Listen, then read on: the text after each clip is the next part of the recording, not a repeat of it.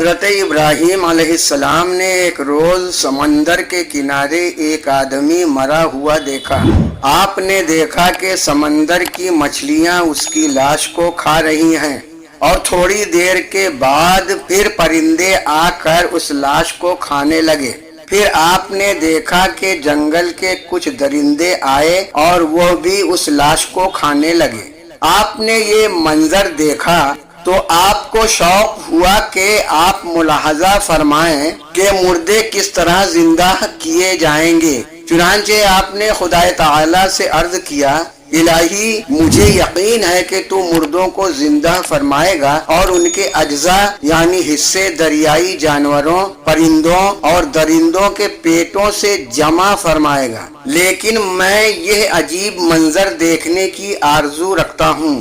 خدائے بزرگ و برتر نے فرمایا، اچھا اے خلیل، تم 4 پرندے لے کر انہیں اپنے ساتھ ملا لو تاکہ اچھی طرح ان کی شناخت یعنی پہچان ہو جائے، پھر انہیں ذبح کر کے ان کے اجزاء باہم یعنی ایک ساتھ ملا کر ان کا ایک ایک حصہ ایک ایک پہاڑ پر رکھ دو، پھر ان کو بلاؤ اور دیکھو وہ کس طرح زندہ ہو کر تمہارے پاس دوڑتے ہوئے آتے ہیں۔ چنانچہ حضرت ابراہیم علیہ السلام نے مور، کبوتر، مرغ اور کوا یہ 4 پرندے لیے اور انہیں ذبح کیا اور ان کے پر اکھاڑے اور ان سب کا قیمہ کر کے اور آپس میں ملا جلا کر اس مجموعہ کے کئی حصے کیے اور ایک ایک حصہ ایک ایک پہاڑ پر رکھ دیا اور سر سب کے اپنے پاس محفوظ رکھے، اور پھر آپ نے ان سے فرمایا،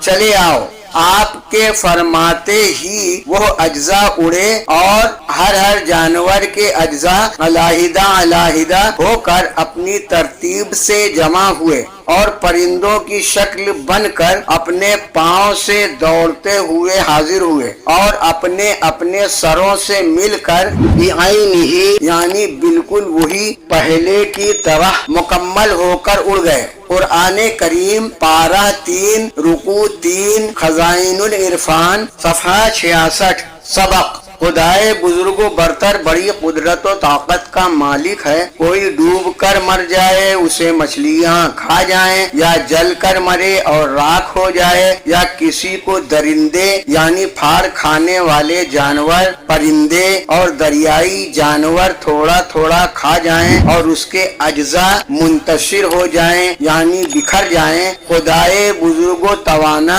پھر بھی انہیں جمع فرما کر ضرور زندہ فرمائے گا اور بارگاہ ایزدی کی حاضری سے اسے مفر یعنی بھاگنے کی جگہ نہیں۔ اور یہ بھی معلوم ہوا کہ مردے سنتے ہیں، ورنہ خدائے تعالی اپنے خلیل سے یہ نہ فرماتا کہ ان مردہ اور قیمہ شدہ یعنی قیمہ کیے ہوئے پرندوں کو بلاؤ۔ حضرت ابراہیم علیہ السلام نے بحکم الہی ان مردہ پرندوں کو بلایا اور وہ مردہ پرندے آپ کی آواز کو سن کر دوڑ پڑے۔ یہ پرندوں کی سماعت یعنی سننے کی قوت ہے، اور جو اللہ والے ہیں ان کی سماعت کا عالم کیا ہوگا۔ اور یہ بھی معلوم ہوا کہ ان پرندوں کو زندہ تو خدائے تعالی ہی نے کیا، لیکن یہ زندگی انہیں ملی ابراہیم علیہ السلام کے بلانے اور ان کے لب ہلنے سے۔